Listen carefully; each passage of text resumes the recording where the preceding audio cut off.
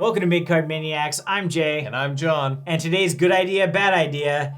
Is it a good idea for Eddie Kingston to join AEW? Yep. To kick this off, I want to talk about how this all came into play.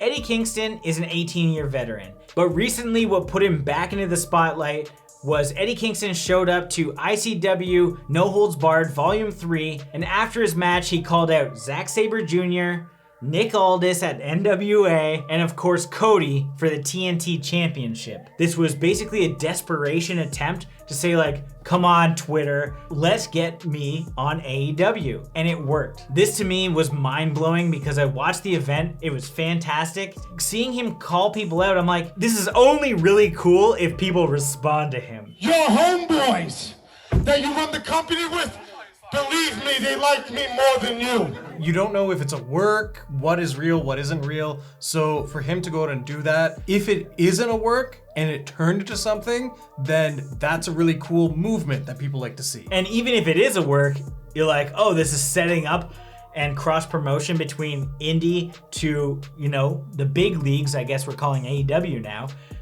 I would say that, to be honest. I mean, they've got the money, they've got time on TV. So to see him call Cody out, we're just waiting and waiting and waiting. And he got to debut in AEW. And I think it was absolutely awesome. Firstly, because Eddie Kingston not only is a great wrestler, but he has to be one of the best on the mic because he's just got this gutter fucking gangster attitude.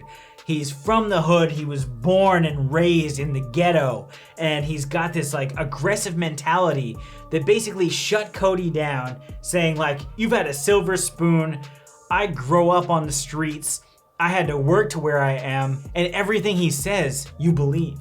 And not just the Cody promo, but all of his promos. His promo about like going to war. That's probably one of my favorites that he's ever done. Every morning I gotta take a pill of Zoloft so I don't flip the fuck out. That's my war. That's real war. And when I go out into the street and I gotta see kids that I beat up as a teenager and they don't wanna let it go, and I gotta watch their hands to make sure they're not gonna pull a gun or a knife, that's a real war. I love this idea of him being in AEW. I think that it's a great idea because all I'm imagining right now is Eddie Kingston being the reason for the Inner Circle to break up, because he is hard, he is a badass, and there are two people in that circle who he teamed with back in Impact Wrestling. Could you imagine the Inner Circle in the ring and Eddie Kingston walks out and he just calls out Chris Jericho and it's just like, forget your little bit of the bubbly, forget your high society living, look at what you two have become to Santana and Ortiz. And just having that moment where they are put in a situation to choose between the Inner Circle or Eddie Kingston, and them turning and reuniting LAX would be unreal. You have that great storyline with a 3-on-3 match, and potentially, if they ever bring in the 3-man tag titles, there's another faction that would easily just be a contender, if not inaugural champion. And what I like about this, putting Santana and Ortiz in that situation would be so good. They've been almost used for comedic effect. Most notably with Ortiz's crazy tiger style, crazy shit going on, and him slipping in the orange juice. He oversells like crazy. But actually having Kingston cut a promo, like asking them, do you remember where you're from? Do you remember your roots? And then them having to decide between, you know, going back to where they came from and going back to the higher society. I think it's like a really cool social aspect as well, because you're gonna have people that are pissed off on Twitter